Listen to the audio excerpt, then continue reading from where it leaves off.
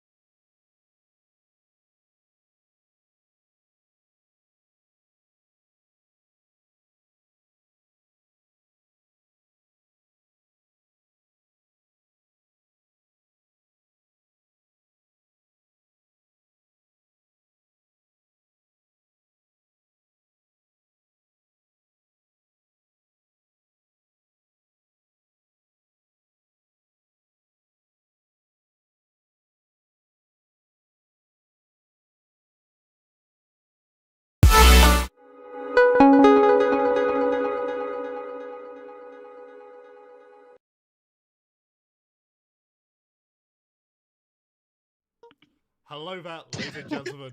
Thank you, Alex, for the celebration of us going live. But we are back. Hopefully we are live this time. We should be. I've still got YouTube up. It's not come back with any feedback errors. It's not playing its stupid game like it did last week. But we're back, and it's on time. What more can we ask We're for? back. And of course, we will be getting to the Italian Grand Prix, and we didn't mention what track it would be. I don't know. I'll see if you guys can figure out any clues with what we've got on so far. But I'll tell you something. We had a brilliant result last time, didn't we, Alex? Let's have a look at the podium. We've got Harry Nuns taking the first place, with the young Finnish driver Bass taking second, and Andreas Udal taking third around the Spanish Grand Prix. I mean, Alex, where do we even start with that race? Well, it was entertainment from start to finish, to be honest with you, at the Spanish Grand Prix. We had pit stops. We had, I don't think, did we have changing weather conditions? I feel like we did. Or am I misremembering the race? I think you're misremembering the race. I think I'm misremembering the race. There was But certainly safety cars. There was certainly safety cars, there was certainly chaos, but it was great racing, and we had a great final battle. But yeah, the Finnish driver in particular impressed me very much, so the young Finnish driver. But he had a terrible qualifying, and hopefully he'll be, I don't know if is he racing today? I don't think so. No. But you know, we've got another couple of newer drivers that you haven't seen yet driving today for us, and it's going to be good fun. And oh my goodness me, Josh! Alex, don't say it, because we're looking at the standings at the minute. We've got Rising Lions Sport currently leading the way, only 5 points separating them and NLR, and then we've got 25 points for Precision Racing, 23 for WOR, 22 for TF10, 15 for Customs GT, 14 for CPI, 11 for ABS, 11 for Shazoo, and only 5 for G League. And they're going to be looking to try and bounce back a little bit. But here are your lineups for today. Now, Alex, I'm going to put you on the spot here.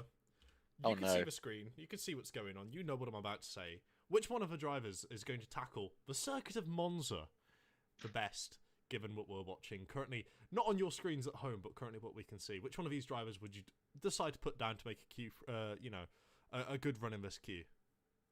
I don't know, Josh, because I don't know if chat can see right now just No, what we're dealing with here. Do I show it them? I think you show it to them. Chat, I think you show them. I don't know if you're ready, because it's looking a little damp out there, to say the least.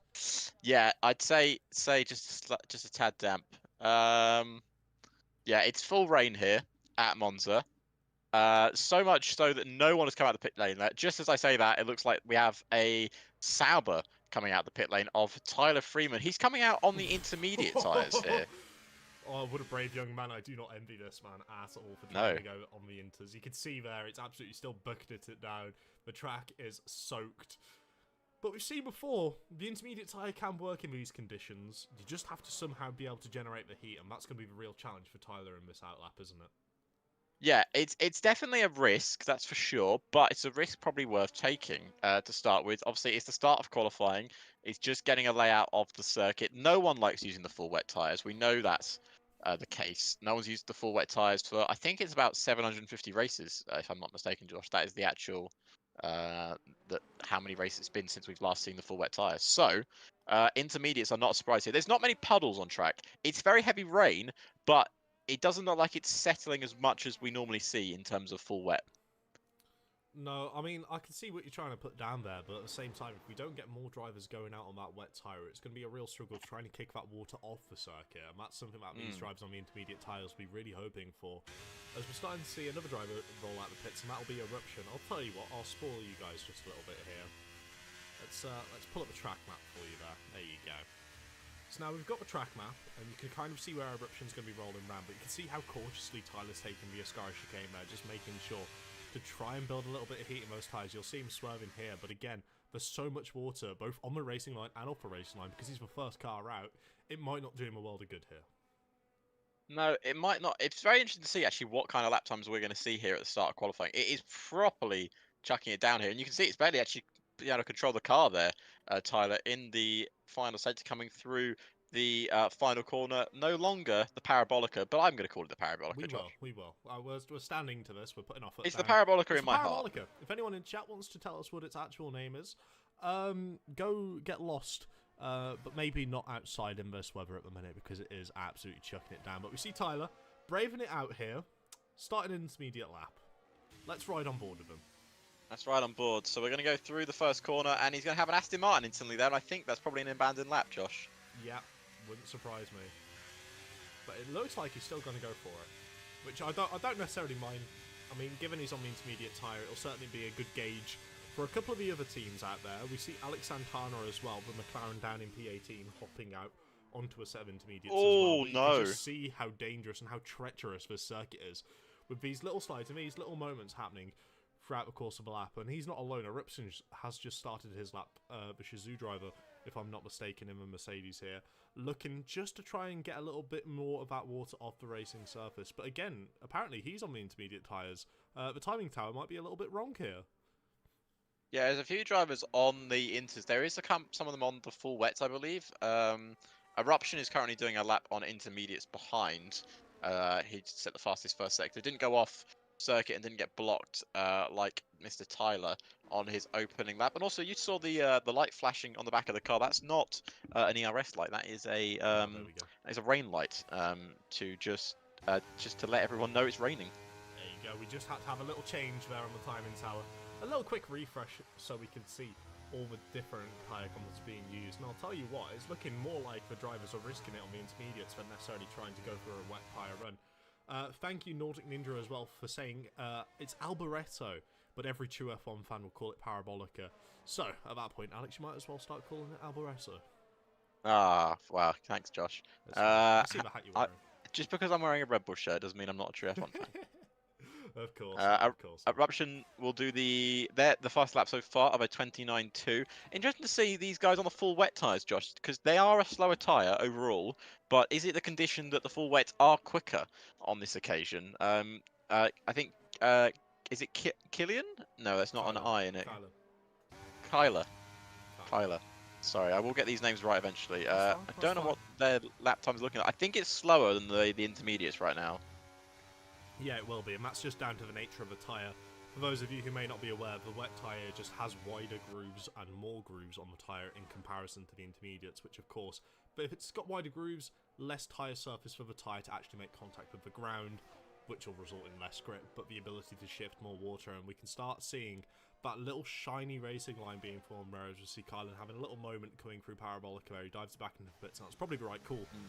Because at this point now, you've got to start maybe wondering, is this track going to keep getting better? Is that racing line going to get drier? Will a bit more grease come out of it as well? There's so many different variables which could be, you know, brought on by the rain here. It'll certainly be something to keep an eye out for the rest of these drivers. As we're going to see Jomba here in the Alpine car on the intermediate tyre. Yet again, you can see that racing line just slightly becoming less damp, but it'll just get a little bit more oily. And that's the, you know, the treacherous price you're going to have to pay. It's going to become drier. The tyre will be able to stick to the surface a little easier. But at the same time, the oil's being brought out by the rain won't make it any easier to drive. It'll still be a little greasy. The car will still want to slide a bit. So it'll be about managing your throttle input so delicately, especially around Monza.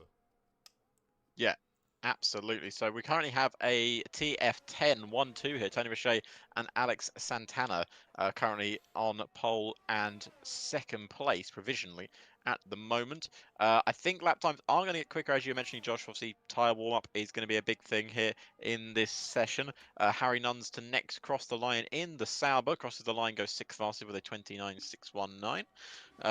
And it's interesting, the only lap time we've seen on the full wet tyres is Christina with a 1:30.5, but I think the track is very much ready for intermediates now. Christian, sorry. Christina is just the way I read it in my head. You're reading what you want to read of it. Oh, Andreas Udal is out of the session. Oh, He's had a collision out of Lesmo 2, lost the rear end, caught the curb on the inside, and is now out, colliding with the wall. Ah, right, I see what's happened. Gone across the circuit there, hasn't he? Caught the rear. Unfortunate for him, well, it's not going to be. It's not necessarily going to be the end of the world. Yes, he's not got a lap time on the board, but he had a brilliant race last week. Started back towards the back as well. So surely he'll be able to kind of work his way back forward and redeem himself, because we know going out and qualifying it'll be a little hit to his confidence, but we know he can bounce back. Yeah, I'm sure he will bounce back. Paolo Afonso, I'm going to say that right, does a 29.2, puts him third fastest. A lot of people with invalidated lap times as well. It's really easy to invalidate around here, isn't it, Josh? Yes, it certainly is. It'll be one of those things where you've just got to keep in mind about the track limits. And especially how the track limits change depending on the weather conditions as well. They're a little bit more lenient in the wet and in the intermediate tyres. So, you know, if we do end up seeing this qualifying session drying out, which, to be quite honest with you, doesn't look likely. No. If the race is dry, the drivers might have to reconsider a couple of their lines. Maybe a bit of their muscle memory might need to be readjusted back to when it was dry, when we was been doing the practice runs here. But certainly it's going to be something to keep an eye on, especially heading through Lesmos 1 and 2, isn't it? Yeah, certainly. Tony Richet, actually, currently the man sitting on pole, provisional pole, just gone a 10th faster in the first sector. So keep an eye on his lap as he looks to improve himself further up the grid as well. Going down through the second Lesmo, going down the second main straight here at Monza. Getting a little slipstream from the Aston Martin car in front. Middle sector up by almost 4/10 here, Josh. In the middle sector, track is improving if you just can get those consistent lap times in. Exactly, you just got to be a little bit cautious as well. Just make sure you don't overdo it, because you could very easily end up like Andreas and end up facing into the wall, potentially losing a wheel or even a front wing and denting your entire qualifying run. Change either way, it all works out. But Tony Richet here looks like he's in perfect control of this McLaren, doesn't he? The TF10 driver's going to be looking to come across the line here and advance his lap time slightly further ahead of the rest of the field, and he does exactly that with a 1:28.5. Brilliant stuff from him. Let's keep an eye on Alex Santana and see Alex Santana down by half a second, perhaps not finding that same bit of tarmac. Perhaps the rain has come down slightly more after Tony Richet has done his lap, so he'll be diving it back into the pits there. And, we didn't need a pit limiter anyway. No, that's just a suggestion at the end of the day. Just a suggestion for our rest of our drivers to follow. We've got the Ferraris right now, or the WR drivers as they are running under today, are 10th and 8th. Josh, of course, you are a Ferrari fan. Yes. It's slightly obvious. No. That you are a Ferrari fan, but currently 10th and 8th in front of the Tifosi. A very obviously a crowd that will very much support the Tifosi no matter what the weather. So let's see what they can do here. Alfie Daniels, I believe is his name, is going to be setting up his next lap in the Ferrari 4WR. Where can he put his car? Put it 6th fastest. That's a good improvement. Yeah, and that's on 3-lap used intermediate tyres. You can see it takes that a little bit longer to build a bit of temperature into the tyres during these, wet qualifying sessions, but he's certainly doing that at the minute. It really goes to show why it could also be helpful. Just to put a little bit more fuel in the car to make sure you've got that little leeway to run. As we see the back there, putting it up into P3 with a 129 flat. Not a bad lap time at all, and he'll be looking to improve that and bring that slightly further down, considering he's got a couple more laps he can do on these tyres to make them slightly more warmer and get slightly more competitive lap times. We see Tyler Freeman there, out by Ascari. Again, easy dangerous place track. to do it. It's a dangerous track when it's wet, isn't it? Yeah, I think probably just losing a bit of a rear end snap coming out of the corner, which will cost him. Now, if the rain is getting heavier here, Josh, and the Inters become less useful, then that could be qualifying over with because, of course, the full wet tyres are just genuinely slower than the intermediates, as you were mentioning earlier, which means the track no one will be able to do an improved lap time. So I wonder if the rain is getting a bit heavier here. I mean, we can hope that it'll lighten up slightly, but it certainly doesn't look like it's slowing down much more, does it? And if we keep getting more of these cars DNF, that just means it's a couple less cars out on track to move that water for the drivers on the intermediate tyres who are looking to try and improve their runs. Even if you're an out lap or an in lap, it always is good just to do, your in laps, your out laps, just on the same strip of tarmac. You're looking to try and run it down, just to make sure you can keep kicking up that water for the cars around you and for yourself when you end up getting back round in about 1 minute and 30 seconds time. It'll certainly be something these drivers are going to be very mindful of and won't necessarily want to help out the teams around them, but at the end of the day, all these drivers are going to have to work together to make sure the track is constantly evolving so they can end up getting that last run and really trying to improve on whatever they're able to do. Yeah, they've got to find a little bit of improvement there, a little bit of improvement here. Let's see what they can do now. We've got a bit of a yellow flag in the second sector. I believe the AlphaTauris are letting each other pass. The ABS drivers, one of them has invalidated their lap time. So right now, Josh, the TF10 boys, Tony Richet and Alex Santana, currently 1st and 2nd. Yeah, they're looking pretty comfortable up there as well, aren't they? We've got 2 temps and almost, dare I say, half a second up. Well, the next driver to go for their lap time is the PR driver of, how do you say it, Paul Alphonse? Paolo Alphonse. Alfonso. So, Paolo Alfonso. Once again, I will get your names right eventually. I do apologise. So Paolo just going through the chicane here, just on an out lap. So looking to get another lap on the board. Only a few tenths between, about 2 tenths between themselves and their teammate Debeck. Debeck. I got it right the first time. I should just trust myself that I'm getting those names right. And Harry Nuns is also going for another lap time here, see if he can improve. So a lot of people in the pits right now. I wonder how much improvement is going to be going on, but Christian's just gone 2 tenths faster in the first sector in the Mercedes for the SHZ outfit. Yes, exactly. Shizu driver doing what Shizu drivers quite often do. Just finding a little bit of lap time here and there. The more runs they do, the quicker they seem to get. And I'm sure Paolo is going to be looking to keep building that lap time, keep closing up as we see Harry Nuns there hopping up into P2 with 28.7. It's clearly evident the track is improving more and more. As Cypher's trying to correct you on the pronunciation of Alfonso. Alfonso. I have dyslexia, which means you can't be mean. That's how it works. No, absolutely can be. As we see a slight moment there for Paolo there, heading out of the Rogier chicane into Lesmo 1. He seemed to get a little tweak on the rear end there, which made the car unsettled, and he ended up sliding it round, and he's just ran very wide there in Lesmo 2. Surely he's going to have to reset that battery and look to try and go for another lap. Yeah, I think so. Surely. Did we mention that Harry Nuns went 2nd fastest? I don't think we did. Yes, we did. We did mention that. You don't listen to what I say, Alex, do you? No, I clearly don't. You're going to make me cry. Splits between the two. Splits the 2 TF10 boys. Right now, Tony Richet is only just coming out of the pit lane. Is that a fresh set of intermediates? It is a fresh set of intermediate tyres. Well, very interesting indeed. I would imagine that a lot of these guys are running dry setups depending on what the race is looking like. As we as the other WOR driver goes 5th fastest there, 29.2. Absolutely, and it should be mentioned as well, we do have no Grosjean down towards the bottom of this grid, still in the pit lane. He'll remain in the pit lane for the duration of this qualifying session due to having a qualifying ban. So, no, won't be able to set a lap time here, but again, it might not necessarily be a bad thing. We all know what turn 1's like at Monza, don't we? Filio chicane, it's an absolute sight of, you know, despicable actions. Chaos. Horrible consequences. So it'll be certainly one that I would definitely want to be trying to avoid. And I feel like starting a little bit further down the grid might not necessarily hurt too much. But we do have Alex Santana here looking to take yet another warm-up lap here, just to make sure his tyres are in that perfect condition to be able to start a lap, which is definitely brave considering he's only got 1 minute 45 to get back round. If he takes it a little bit too slow, he could be cutting it very, very close indeed. But of course, he's got cars flying past him on hot laps as well. And I believe one of them is Otso Loyomatic here. We're trying. I'm trying very hard with the names. That's to be fair, I'd say that's a very good Osto Lotamaki. Maki? I don't know how you pronounce it. Obviously, different languages pronounce different vowels differently. Yep, and one thing is for certain, every British orientated language, Oh, 5 cents up. is terrible.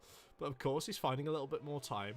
If he ends up being able to work it out through Ascara here without losing a rear, as he's done there so brilliantly, he'll be able to just tuck into the slipstream of a car in front. I believe that might be a Ferrari ahead of him there, who's just about to head through Parabolica here. Will cause him a little bit of dirty habit. He's just going to be ever so tentative on the throttle to make sure he doesn't kick up the rear too much. You can see him running nice and wide there. Not afraid to use the painter as well. A very brave move from the young RLS driver. And he's able to put himself up into P12. Not a bad lap time at all. Marcus goes P14 there as he improves his lap time as well. Tony Roche still on an outlap. Harry Nunn is in the pits. He can't go any faster. And Alex Santana just starting their flying lap. Tell you what, do you want to ride on board with Alex here for the last lap then? I will ride on board with him. So he's going to come through the chicane now. A little bit of a tank slapper on the exit of the corner as we head now into the right hand that I can't remember the name of. It's whatever it's called. I can't remember it. I literally read this a few minutes ago. But he's 4 cents down already, Josh, in the first sector. That's not good at all. And that's not going to help.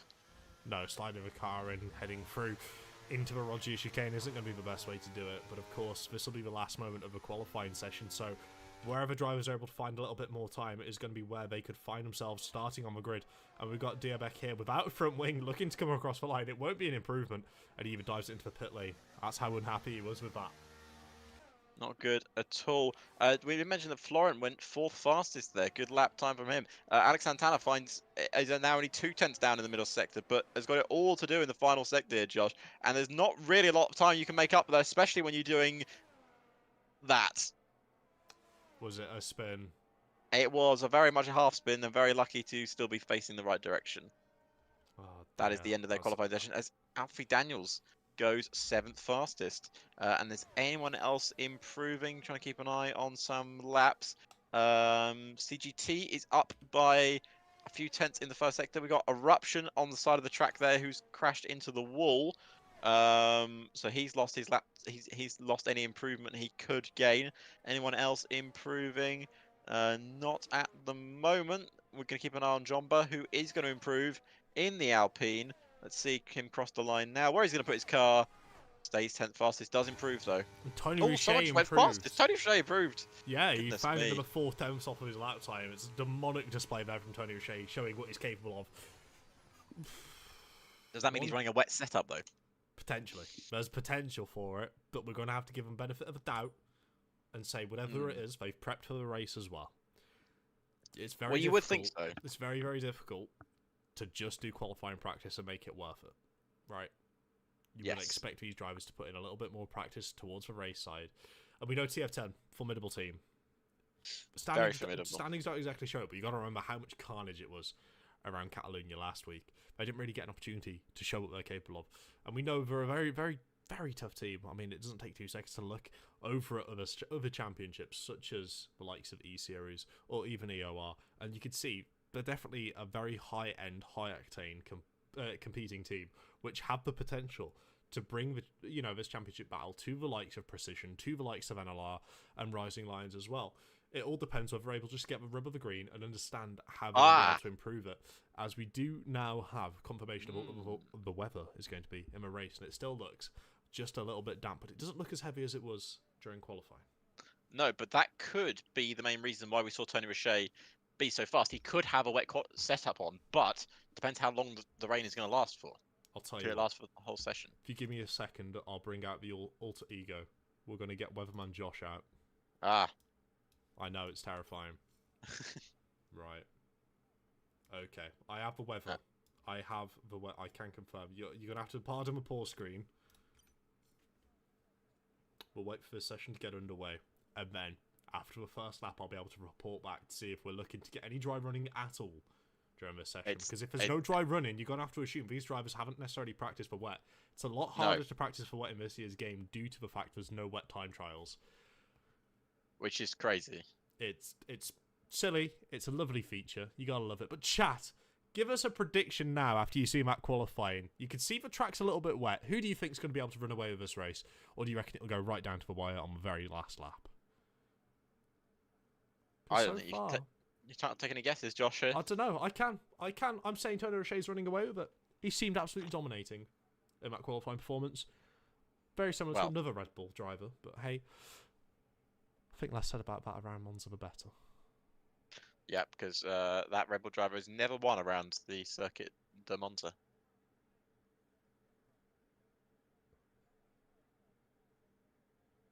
Anyway, let's move on. So, maybe a Ferrari can win, Josh. We have a WR driver on the front row. The Hungarian prince himself on the front row. Ready to challenge Tony Richet into turn 1. Alright, okay. Nordic Ninja has said safety car for 40% of the race or 5 DNFs for my prediction. Nordic, I hope your second prediction's correct and your first one isn't, because otherwise I might be having to chuck into a Be Right Back screen to pop to the loo. I'm not going to lie to you. Certainly going to be a long haul. Don't want safety cars for 40% of the race. No.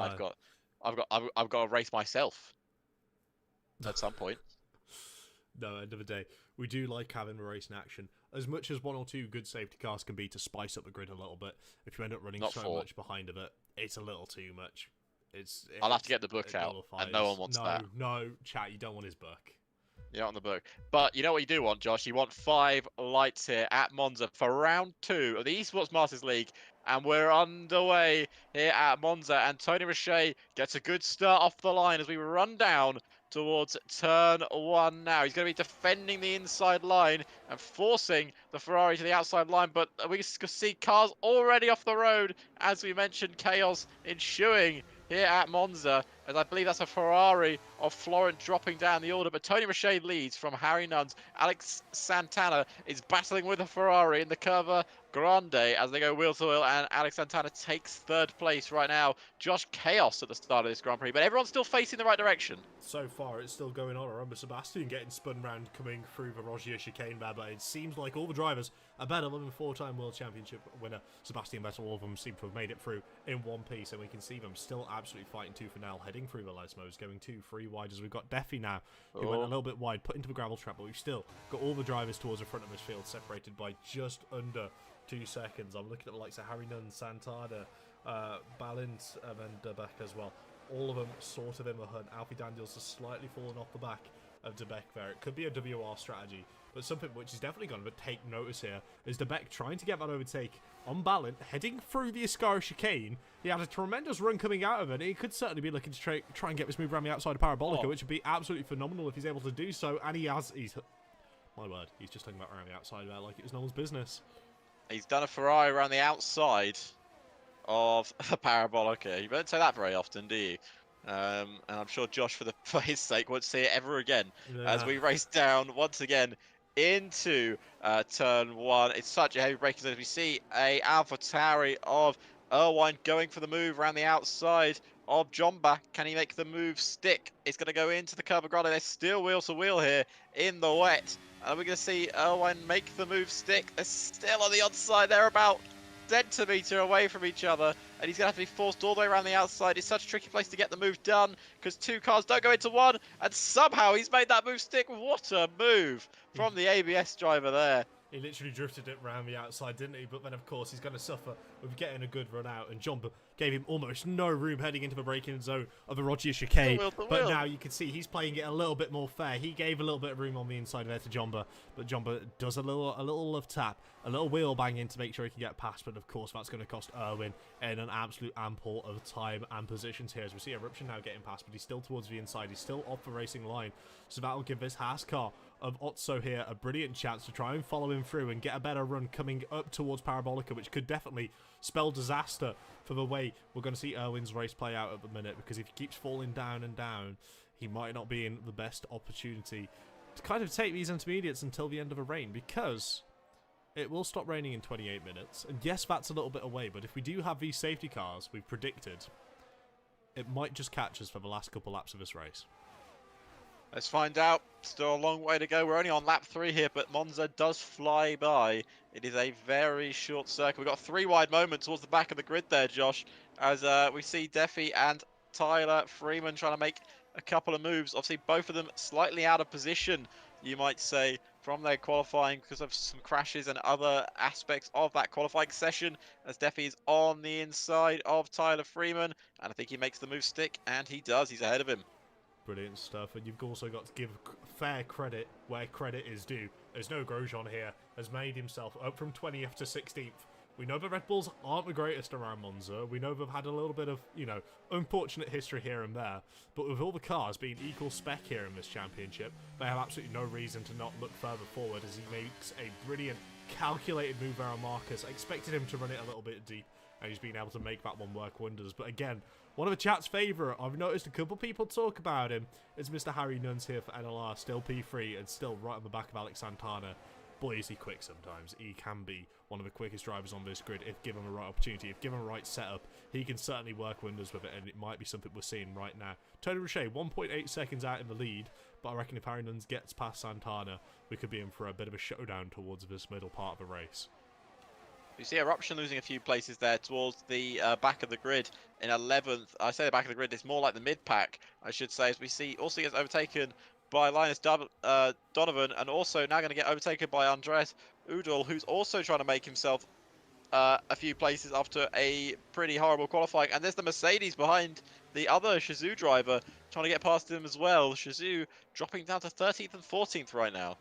Yeah, they've not had the most calculated race, have they, at this start? Perhaps it's a little trouble trying to get those tyres warmed up and get them into an operating window, but if they're able to run them at a slightly cooler temperature and still find a bit of grip and not necessarily push the car too hard, those tyres could last a little bit longer. But I wonder what happened between Alex Santana and Harry Nuns. All of a sudden, Harry Nuns is now a second back. Perhaps he had a bit of a mistake heading through the Rogier chicane. Yeah, very possibly.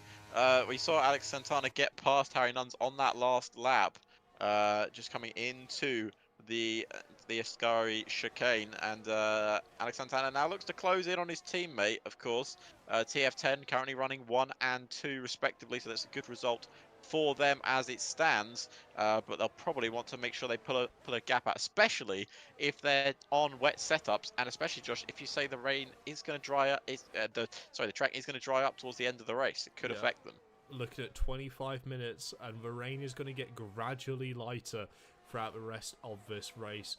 So perhaps we could even see him, even if it is still raining, and it's raining such a minimal amount, they could potentially still put it on a pair of slick tyres if they're feeling brave enough. But again, we mentioned the TF10 drivers currently P1 and P2. We've got to give credit to the Tifosi's favourite here. The Ferrari of WRO are still in 5th and 6th place here, working together in tandem, doing a brilliant job being able to hold Paolo back from being able to work with his respective Aston Martin teammate in the PR. Certainly something they're going to be looking to definitely keep up throughout the course of this race, is just by having the two drivers on track together, similar to what ABS have in P10 and P11. It really just enables you a whole different sort of orchestration of how you're going to run a race and how you're going to be able to sort of balance it out.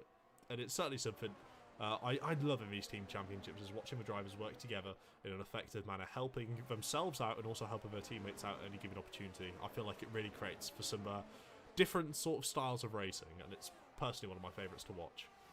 Yeah, it's not what you normally expect from a racing series, but this is what we're here to commentate for. You love to watch some teammates working together, because normally in Formula One you don't get to see that very often, because you know, they all have a bit of an ego about them. Don't tell them I said that though, because they'll get an ego.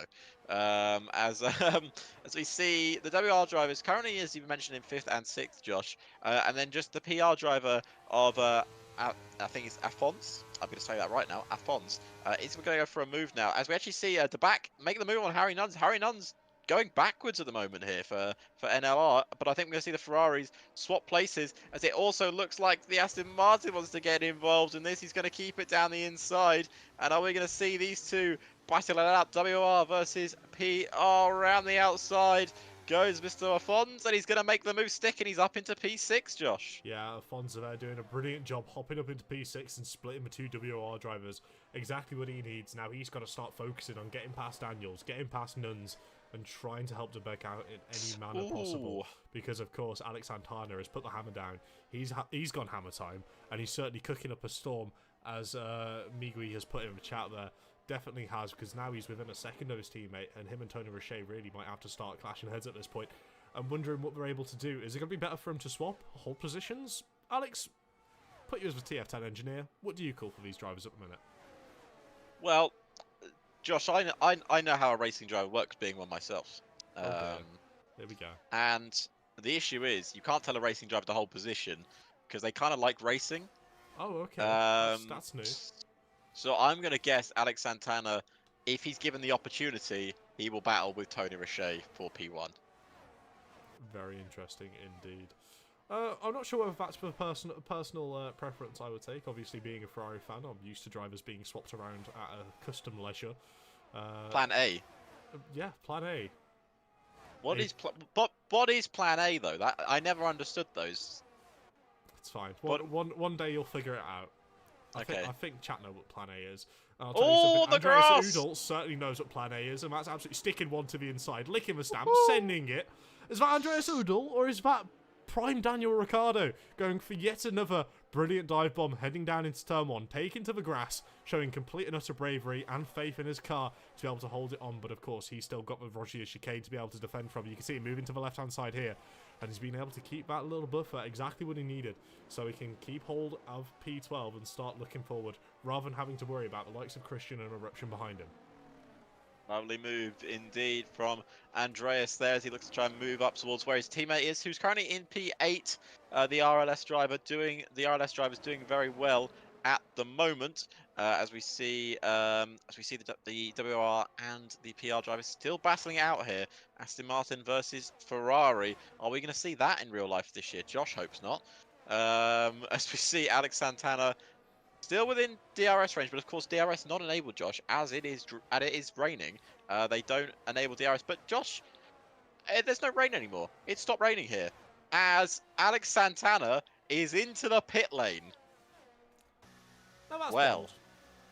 Well. So, using the data I have, it's approximated to stop and be a dry track in 12 minutes time. Hard tyres for Alex Santana. Wow. Now that is bold. Either my weather app, which the BBC gave me at the Met Office, isn't working the best, or someone at TF10 works for NASA and has calculated the trajectory of what the rain will do, and maybe is bending it around, because certainly going out onto the hard tyres this early when the track's still this damp is certainly brave. Is it a Tony Roche decision, though? You got to say that maybe he wants his teammate to test those tyres out for him. Sacrificing a 1-2 to test some tyres? I'm not sure that's the best way to do it. Well, could it be Ferrari's engineers on campus today? Right, okay, behave yourself. Because we not WR's, actual Ferrari. Oh, okay, right, I'll let that one slide. I'll let that one slide then. WR know what they're doing here. We're not going to see one of them pull into the pits yet. Right, this is where one of them pull into the pits and it makes you look like an absolute buffoon. And I cannot wait for it, but we've got Ballant here, still all over the back of Alfonso there. We've still got Killian there, having a slight problem heading into turn 1, turn 2. Yellow flag being brought out, perhaps having a little bit of a spin. But all the drivers still remaining out on that intermediate tyre. think it's too early. Yeah, they don't think it's the right time at all, but you can see Oh, Alex Andrea. Santana there. Oh no! Catching Jomba's up. in. Yes, Santana is catching. He caught by 2/10 of that final sector. Certainly something to keep an eye on there. But the soft, the slick compound of tyres might be certainly something which are slightly improving.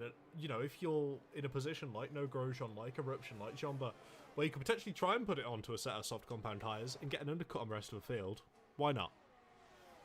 Why not? But they've all put hards on, Josh. Well, same goes, doesn't it? They'll be able to Oh, go to the end of the Santana's race. almost round in turn 1. It's still too early for these hard tyres. I'm sorry, I don't think this is the right call.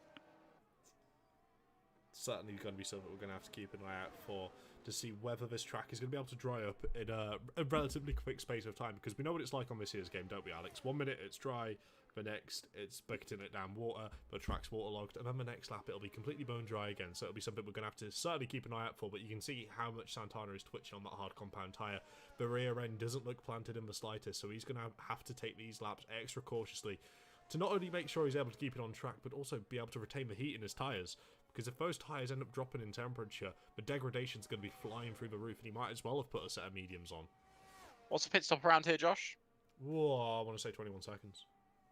Santana's gap to his teammate, 31.7 seconds. Whoa.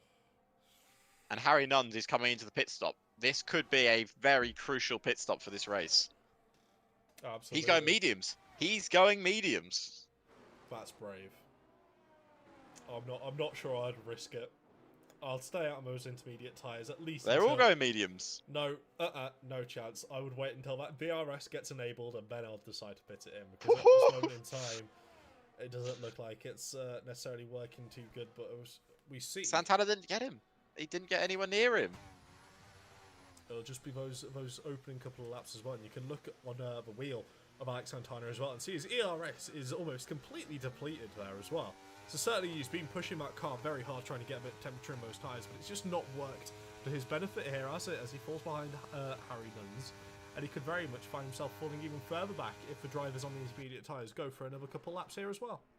Yeah, and Donovan also had a little bit of a half spin in turn 1 as well. That's cost him a bit of time.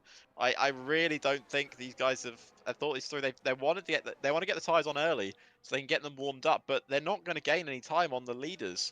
I think if Santana was going for a very bold undercut attempt, I think it's way too early. Are we going to see? No, Richet stays out, and I think he's got the right call on. Absolutely. But the back is in. The back is in. And Afonso is no, he has to stay out because of course it's a double stack. But I think that's the right decision. Yeah, but I think it's the right decision to stay out. It was a very late call, and I'm sure the steward's going to be looking at that as he crossed over the white line to make sure he got back to the track as well. As you see one of the WR drivers diving in there, Alfie Daniels, of course, one of the drivers ahead on track. Still going to that hard compound tyre. It's brave and it's bold, and is it going to end Harry up Nuns coming coming back to out? bite him? Harry Nuns is going to... Harry is so far further back. He's not going to jump them. The undercut has not worked. For once in this year's game, Josh, the undercut has failed. Yeah, it's a miracle. Spectacularly. Right home, chat. Right home. Tell your friends. Tell your family. The undercut has not worked with these mixed conditions here, but you can see Alfie Daniels is really struggling on those cold, hard compound tyres to try and get a little bit of temperature in them. And this is exactly what Alex Santana needs. He needs a driver like this where he can sort of gain a bit more confidence using the slick tyres in the wet conditions to be able to try and make a move. But again, it would require one of them to go off the racing line. You go off the racing line, you're just sliding. There's no hope. Josh, there's supposed to be a large battle brewing between P11 and the rest of the field. Absolutely. Oh, we've got a my bit of goodness contact me. there. Somehow Linus Donovan was able to keep that car facing in the right decision, but he's had to clunk over a couple of curves, so that might not necessarily work too well. As we see a very devious swipe there towards the Alpine car of Jomba. Perhaps that might have been intentional. It did look like it from our point of view, but of course we don't know what the drivers are thinking at some points in time, so I'm sure the steward's going to have a very hard look at that one with a very cynical viewpoint.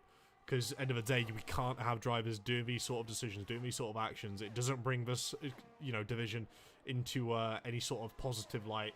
If anything as well, it also damages the driver's reputation as well. Certainly something we wish to see absolutely none of here. But as we see Tyler Freeman on those medium tyres, just showing how much easier it is to turn on those medium tyres in comparison to the hards as he flies past Effie, coming out of the sky there as well. but it's not exactly he's running a rocket ship right now. He's still really struggling on these tires, and it's sending chats that none of these guys have got like engineers going at the moment, apart from maybe the top 6. But did really that pit stop from Santana really just confuse every engineer and say no, it's time for dries? Perhaps. I'm not too sure, to be honest with you. I'm not an engineer myself. I can't really tell. Well, let's have a look. The gap to the leaders right now between Debeck. There we DRS is go. enabled, so it's time for dries. But there's 29 seconds between the Aston Martin, the PRR driver, and Tony Richet, the TF10 driver. He's not going to get him. No, he won't. He's just going to have to hope for a little bit, but the likes of Tony Richet, the likes of Alfonso, can't necessarily warm up their tyres in time. Tony stays out. Still? He's still out. Now is that a mistake? Because perhaps. everyone else... No, the Ferrari driver, the WR driver stays out. So does Erwin, and so does Otts. At this point, I think you're just committed to sticking with a driver at this point, surely. Oh, God. I don't know. This is Afonso's causing me a in. headache. Christian is in. The back is going to come out ahead of his teammate. Nun's is going to come out ahead of both of them as well. Santana, who was there, is now in P8, just coming out ahead of Christian, but behind Afonso. And you've got to think as well, Santana, he's been putting these tyres through living hell for the last 5 laps, trying to get them warmed up. He's on an older set of hard tyres in comparison to the rest of the drivers who have currently pit. He's got the oldest slick tyres out of this entire grid. They're only going to get worse in comparison to the drivers around him. It's not a favourable position for Alex Santana. But we know he's worked with a lot worse before, hasn't he? Yeah. But it's still damp out here, Josh. It's not like the track is completely dry. Normally when we see DRS enabled, it's time for dry tyres, but they're not gaining a huge amount of time. No, certainly not. occasion. And that's very much interesting. Is Tony in? Tony's in. Tony is now into the pits. So surely everyone else will follow him in. But there is no chance that the back gets Tony right now. He's only just gone through Ascari. No. He won't get him, and he's going to be miles behind him, and he's going to be on a fresh set of tyres. It still looks like Inters. Yeah, you're right. It does still look like Inters. But Tony Richet gets those medium tyres on, and he will comfortably be in the lead of this Grand Prix. Comfortably. I'm not sure what TF10 were doing with Santana's strategy, but they managed to play Tony Richet's one to a perfect peach here, haven't they? They've been able to build up that little gap, and now he's coming out with a load of fresh air. You can see how far behind the Aston Martin is with that little camera shot we see there. Just about to head into the braking zone now as he's already exiting the corner. Brilliant bit of work there from TF10, but you can already see that gap has come down by 4 seconds from the lap they pitted. Yeah, and Santana comes out in 6th. So from being on the front, from being 2nd place, he's now 6th on 6-lap-old hard tyres. It's not looking good. How has they got one strategy so right and one strategy so absolutely wrong? Maybe it was Santana's call. We don't know. It could have been Santana's call to pit that early, but as Nuns picks up a 3-second time penalty for exceeding track limits, that's going to cost him later in the race. Absolutely. It'll be one of those things where we're going to have to start recognising now. As I mentioned in the qualifying session, if we end up getting a bit of dry running, the track warnings change depending on what the weather conditions are. And that's going to be something which is going to play a huge effect here, especially coming through the likes of Ascari. And also Parabolica on the exit as well. It'll be something I want to keep a keen eye on throughout the rest of this race, but we do certainly have some brilliant battles brewing, one of which is down to the TF10 driver of Alex Santana, looking to defend onto that P6 position with the likes of Alfie Daniels on a fresher set of hard compound tyres, and then of course you've got Erwin Cortwin and Otso behind him on fresh medium tyres as well, looking to make a couple moves. And is that a red flashing light I can see on the back of Santana's car? He's had it for about 10 laps. Oh, the issue is Santana had to use all his ERS to try and catch the field while he was waiting for his tyres to warm up, and now he's got none left. And he's basically a sitting duck down the main straight. You're going to watch this, if you want to see how powerful DRS is in this game, and not just DRS but Slipstream, and they are gone. They are straight past Alex Santana. They have got it so wrong down at his end of the garage this afternoon. And I think it's either going to be he's fuming at himself or he's going to be fuming at his engineers, because if you're going to look over at your teammate who has, what, 5.8 second gap to the leader, and is comfortably leading this Grand Prix as we see Alphonse and Harry Nuns go wheel to wheel here into the chicane, and it's still wheel to wheel, a little tap between the two, but it's allowed Alphonse to get through, and now it's a PR 2-3 here at Monza. Yeah, no, you gotta think, how have TF10 let this one slip? It might sound harsh, but you know, with a 6-second gap between Tony Roche and Debec, you got to think there was a window where Alex Santana could have fit in there perfectly. Surely. I just don't understand the system today. Unless it's Santana's call, but if you were an engineer, I know we're not engineers, Josh, but surely you overrule the driver on that situation. We could both see from up here in the commentary box that it wasn't ready for dry tyres. Yeah, I mean, it's one of those things, isn't it? We can overrule them and tell them what to do, but at the end of the day, they're the ones driving the wheel. If they want to drive it into the pit lane, we physically cannot stop them, and they end up having to surf that there. And again, I said that, didn't I? I said the drivers are drivers at the end of the day. They drive, that's what they know to do best. Sometimes it'll be one of those things where I remember we was talking slightly earlier in the week with one of the drivers who mentioned that he ignored what his engineer said, and he really regretted it because he thought he could have won the race. We could be seeing a very similar situation here with Alex Santana. Well, he's now down to P10. He's just barely holding on to DRS range of Christian, but he's actually going to try and go around the outside of Christian. But those 8-lap hold hard tyres are going to be struggling at the end of this Grand Prix. If any man needs a safety car right now, it's Mr. Santana. It will help him out, but obviously he's then got a lot of ground to make up. Meanwhile, his teammate Tony Roche, even if he is running a wet setup, he is comfortably clear at the front of the grid, because not only has he got 7.2 seconds, he's also got the freshest tyres on the track right now, as Mr. Alphonse gets back past Harry Nuns down the second main straight here. But both of them running 3-second time penalties. That's going to be a big problem later in this race. We have 10 laps to go when Mr. Tony crosses the line, and right now it is comfortably a TF10 win, but it can all still change around. This is not over yet. No, absolutely not. A safety car could certainly throw a spanner in the works for anything happening further up this grid, as we've got Balint here of the WOR looking to climb his way up into P5, which of course, as long as he's able to keep within the DRS of the likes of Harry Nuns and follow both Harry and Paolo through, he could be looking at getting a podium in that Ferrari car with the time penalties applied. But up the road there is going to be Kylan in the Williams, currently P20. He's been lapped, and he will expect that car to be ghosted once they end up hitting that braking point. But again, it brings into this consideration, it's a ghost car, it's a distraction. Should it be allowed to stay out there, or should it be forced to retire because it's being lapped? It's a tricky situation because you can't really even unlap yourself, can you, in the safety cars, even if one did come out, which I think is a silly thing that not to implement. But I think it's just well, they say it's difficult to implement, but it's, you know, we've been over this before. But you know, right now at the front of the grid, we've got 7.8 seconds between Tony Roche and the Beck. Andreas Aldu sets the fast lap of the race, but he's 14 seconds back on P18, which is 8 seconds back on this this pack battling for what I believe they're battling for just P11 at the moment. With Tyler Freeman who leading that pack. So right now, to be honest with you, a safety car would spice this Grand Prix up, but the chaos that ensued under that Nuns just had a wobble. Which Nuns had a wobble. Yes, Nuns had a massive wobble coming out of Ascari there. Oh. He could be looking very much vulnerable. We've got a yellow flag there as well in Sector 3. What's that for? Is that for... that's just for Killian. Kylan just slowing down. But yeah, Nuns is going to be really struggling down this main straight now. That wobble is going to cost him because he's now not got DRS, and he's going to be under so much pressure as we see the AlphaTauri, the ABS driver, going past the WO driver. Erwin into 4th place now as he begins his charge for a podium, as it's all gone wrong for Harry as well because he followed Santana in. He was a few laps after Santana, and that's not worked out for him either. So I don't know what everyone was doing under that that rain, the rain affected part of the session, and maybe they just weren't looking. They were all looking at the data, Josh, and not looking at the actual, you know, track itself. I think that's the situation here. We're looking at computer screens and not at the track, and we could see with our own eyes from the commentary box that it was not dry. Yeah, no, 100%.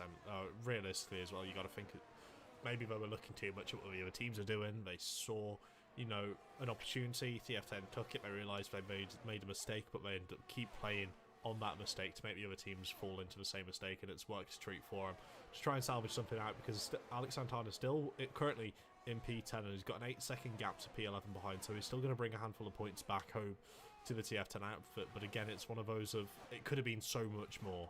As we see Harry Nuns falling even further down the order. Now looking at P7, trying to hold on to the back of Otso's car just to make sure he's got a little bit of DRS to pull him along for about, I don't know, 3-4 tenths of this lap. But again, it's going to be such a tall order for him to be able to hold on to more points here, especially given he's on the medium tyres and they're going to wear away quicker.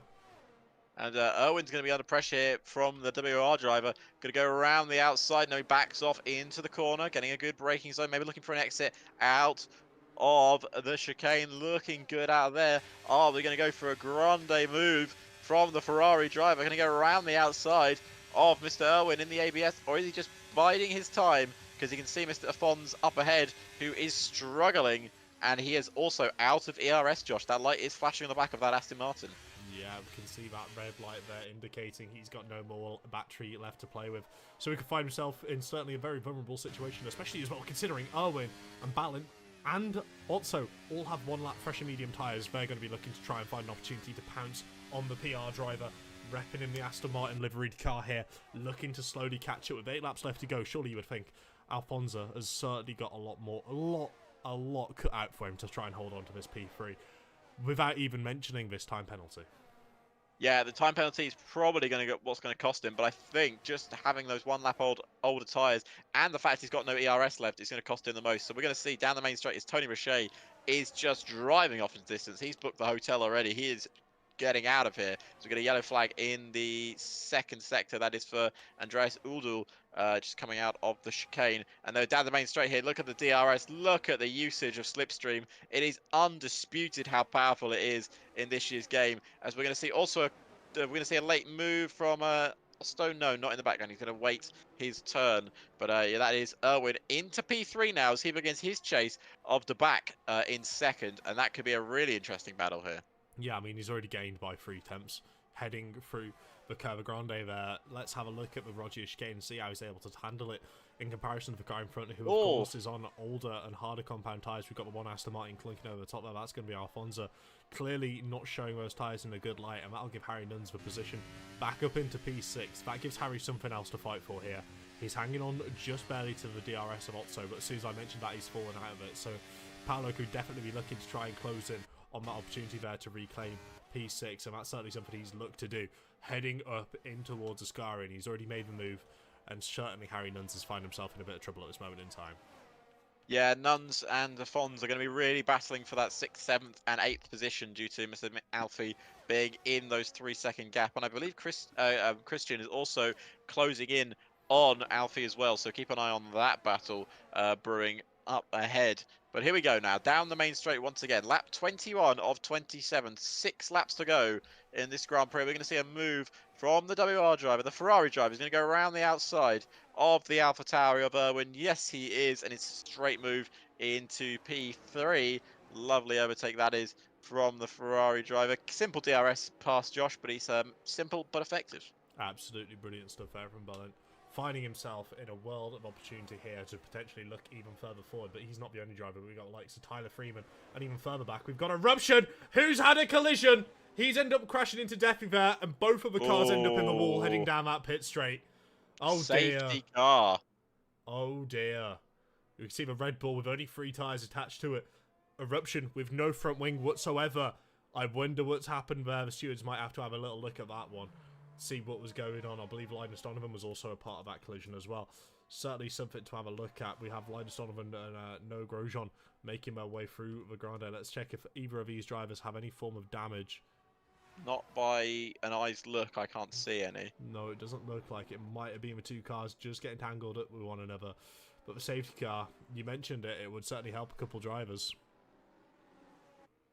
It's going to help a lot of drivers now because surely they're all going to pit here for this basically sprint race to the end of Grand Prix. They're all going to go softs and they're all going to have a fresh set, of course, because it was a wet qualifying and a wet start to the race. Everyone is going to be on a brand new set of soft tyres. This is going to change the race up. And to be honest with you, the one that will be the most upset about this safety car is Tony Richet. I don't feel like he's going to be that upset. Oh, well, also with a pit lane overtake. Bold, cheeky. Into 4th, lovely. You know, I mean, he showed the pace in qualifying that he's clearly got in the car. Why not show it in the slick as well, you know? fresh set of soft tyres. Give it a go. Give it a go, indeed. Did everyone pit in that? Yeah, no one stayed out apart from a couple of the lapped cars. But the lap cars doesn't really matter because I don't think you can unlap yourself in this year's game. So Tony Richet has caught the back of the safety car though, so he is within. He's going to now basically essentially be your safety car leader when everyone catches the pack. So lap 22 of 27. The likelihood is, Josh, because everyone is split up, we're going to get the full 3 laps behind the safety car. Yeah. Which means we will be restarting lap 24 going into lap 25. So we'll have 25, 26, and 27. Yeah, I mean, it would make sense. I mean, realistically, we could be in for a grand final shootout here. Something I do want to just make notice of here as well is balanced tyre wear on the medium set. Inevitably, he didn't use too much more of his tyre, so perhaps he's running slightly higher downforce, which could maybe cause him a few issues. I'm comparing that in the likes of Alex Santana as well, who ran a lot longer on the hard compound tyre, but still. Certainly one of those to think about. 3-lap difference in the tyre age. You would have thought the hards would have still been a slightly less worn out tyre in comparison to Ballant, but somehow Ballant's been able to use a little bit higher downforce to make sure his tyres could last a little bit longer, so he could be looking to try and make some moves towards the end of this little sprint race we've got going here, which is exactly when you want to make the moves. Yeah, this is where you're going to try and make... This is your hero moment right here. You can become a hero or you can become a zero very quickly in these sort of sprint scenarios. Now, you're saying, Josh, Tony O'Shea might not be that upset with this safety car, but he's now going to be under pressure at the start of this. He may not. He may think he's going to be fine with the pace, but under a lot of pressure, some drivers don't perform. I know Tony Richet hasn't been under a lot of pressure in this race. Can the cars behind him give him that little bit of pressure and cause him to make a little mistake? It all depends on the run down to turn 1, in my opinion. I feel like if he's able to get a good getaway from the rest of the grid, he could find himself in a brilliant position, to say the least, to be able to climb himself out of this little gaggle of cars. Of course, all the drivers will be able to recharge the battery under the safety car here as well. So that'll be certainly something to keep in mind, that these drivers could try and pedal away from the rest of the field. Well, right now, just want to keep everyone updated in this race. We had a wet period that started this race. Tony Richet was dominating. Then we had a pit stop from Alex Santana way too early onto the dry tyres, which caused everyone in the paddock, apart from a select few, to panic and put on a set of dry tyres as well, which left the top 6, including Tony Richet, to stay out on inters, and that was proved correct, and they were allowed. They put on the tyres at the right time and came out at the right time. And Tony Richet was dominating this race before a collision between Defi and Eruption that I'm sure the stewards will be investigating after the race, which now led to this safety car. And we are currently waiting for the pack to close up. We are on lap 23, heading on to lap 24, which means this will be the last lap we have behind the safety car. So we will be restarting on lap 25, Josh, which means also, no matter the collisions, we will not be getting another safety car in this race. This is the only safety car we will get, because safety cars cannot appear after the last 3 laps of the Grand Prix. And we know the saying, don't we? Safety cars breed safety cars, and it could very well end up in disaster heading into the Retificio if the drivers aren't careful, if they don't pick their lines properly, if they try and carry a bit too much speed in, it'll just have one of those horrible knock-on effects. But they've still got an entire lap to prepare. I want to know what's running through Tony Richet's mind at the moment, thinking how is he going to be able to pull away from this. It'll certainly be interesting, and I, for one, very much hope he'll be able to do something special. He might be able to go defensive, maybe catch the back out by surprise, and be able to hold it on until the end of this race to create a fantastic ending, because, of course, a little bit of battery usage can see a car fly by down the main straight. We saw it in the wet conditions. You didn't need the DRS to work. It's going to be interesting. I'll say that at the very least.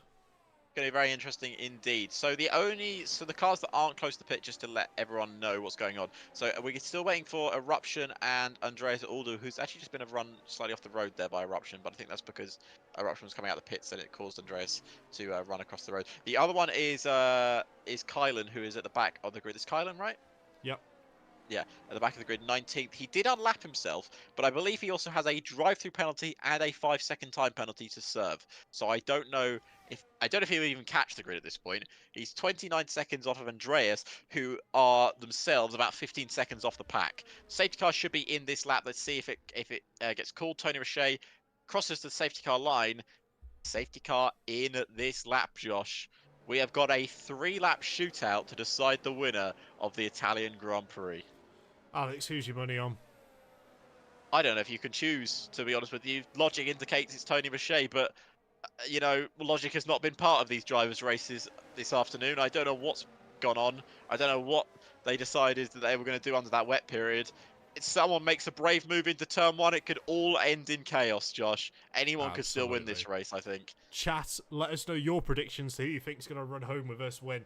Because one thing is for certain, I don't feel like anything's over until that checkered flag drops, as we've got Tony Roche rolling it through Parabolica here. You can see he's still not pulled the trigger yet. He's still not pulled. He's still not pulled, and he's gone now. You can see all the drivers closed up to the back of him, but of course they've got to wait until the start-finish line to be able to get an overtake. As you can see, the WR driver of Battling is very close to the back of Debec. A little bit of pressure being mounted up to Tony Roche. As we put, he's not been under pressure for this entire race. For the first time, he's feeling the pressure. And he's absolutely cold as ice with it, making it through turns 1, turns 2. We see moves all throughout the rest of the grid. We see Harry Nuns jumping up into P5. We're seeing, you know, a disruption throughout the rest of the pack. We've got Eruption causing a disruption further down the pack, jumping up into P13. We've got a couple more instances going on throughout the rest of the grid. Certainly one of them to keep an eye on is going to be this battle for the leaders. We see Debeco, such a better exit coming out of Rogier there, heading into Lesmo 1. Takes the lead of this race for the first time. Oh, we got Ferrari round. Oh no! WR. Is that round. I think he got tapped in the rear by someone. As Alex Santana's making the way through the field as well. He's up into P5 now.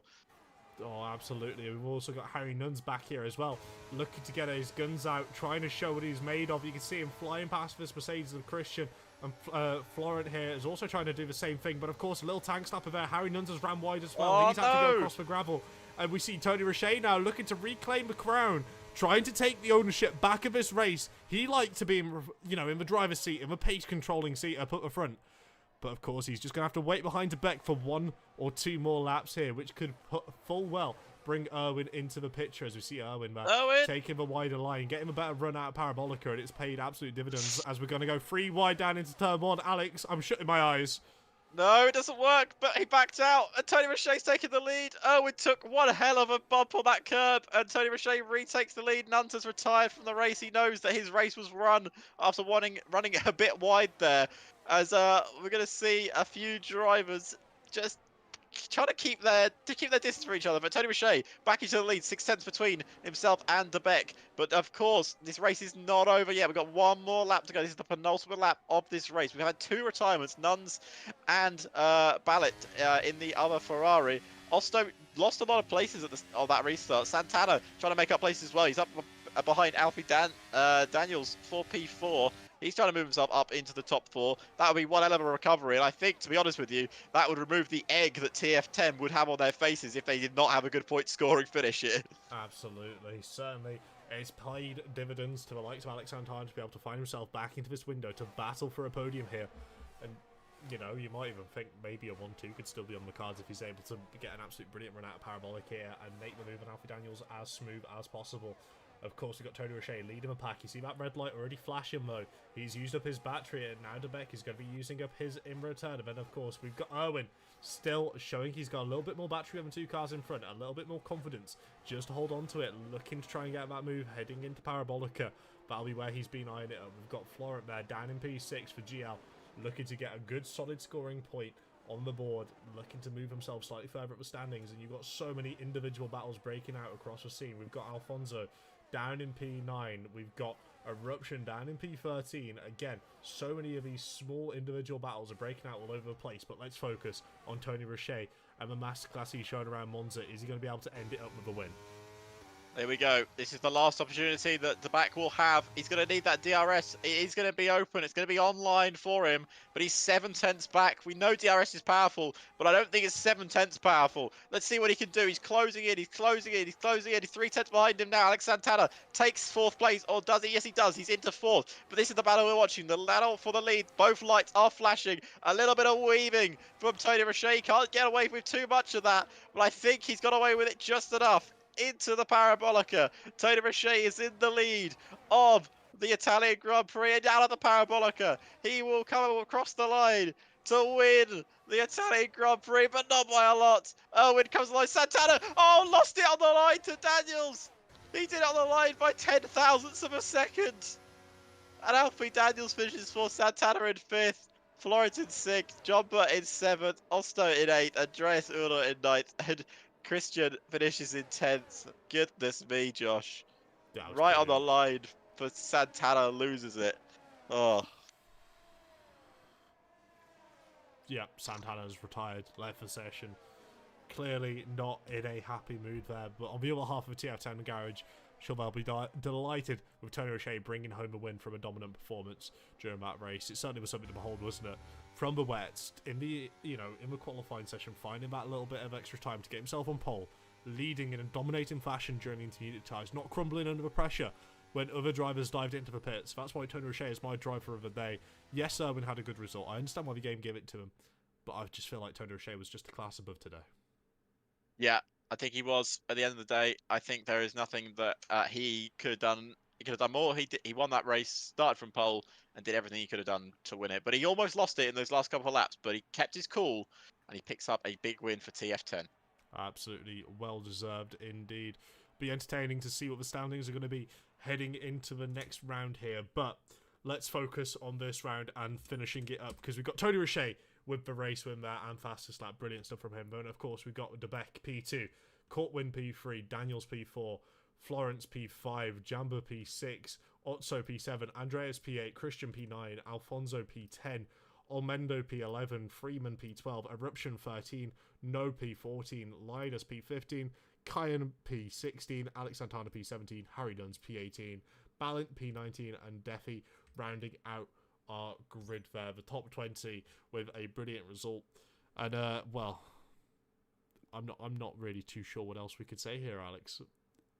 No, that was the race. It went a bit crazy in the middle of the race. I don't know what everyone thought about when we had that soft to we had that wet to dry going on, but we still pulled out a fantastic Grand Prix for everyone to watch. I hope everyone enjoyed us doing that. I hope everyone enjoyed the commentating of that. That was good fun.